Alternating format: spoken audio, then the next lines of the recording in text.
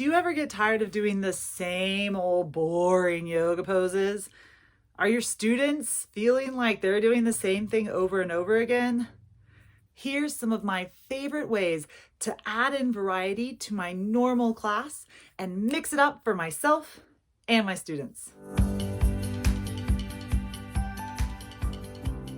Robot arms. Down, all the way back. Lift, all the way up. Good.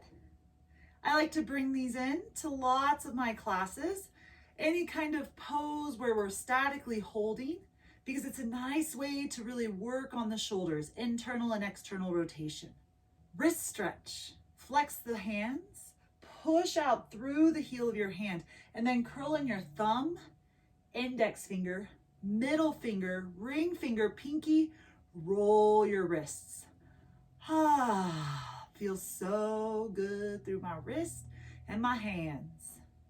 To work with the shoulder, we want to move the shoulder in all the different directions that it can move. And there's 12 directions, so it goes a lot of ways. This is teacup to work all the directions. Bring your one hand out in front. Imagine that you have a hot cup of tea that you don't want to spill. And then start to work your arm out. Bring the arm up and around, over your head, down and around, out, over, down, and around. Opposite direction. In, under, up, and around. In, under, up, don't drop that T, and around. Try it in a warrior one position with your students, working that shoulder mobility while they're holding a pose. Enjoy. To work with golfer and tennis elbow and even carpal tunnel, we want to be stretching and working these muscles of the forearm and the wrist. So these are funky glasses. Index and thumb touch, and then try and bring your fingers underneath your chin and make some funky glasses. Yeah, you're gonna look ridiculous.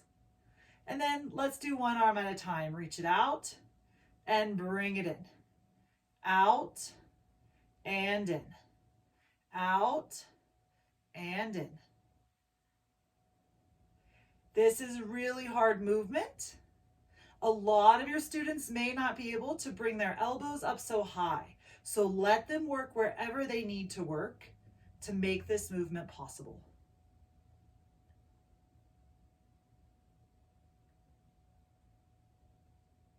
We can't forget about our wonderful hips. These guys need to be strong and open. So find your nice stable position. Knees are at about 90 degrees. And then clamshells, open the top knee and down, up and down. Really great way to work your glute medius muscle, which is one of these side muscles that helps stabilize our spine, helps stabilize our hips. As you do this, make sure you don't roll back. Lift only as high as you can.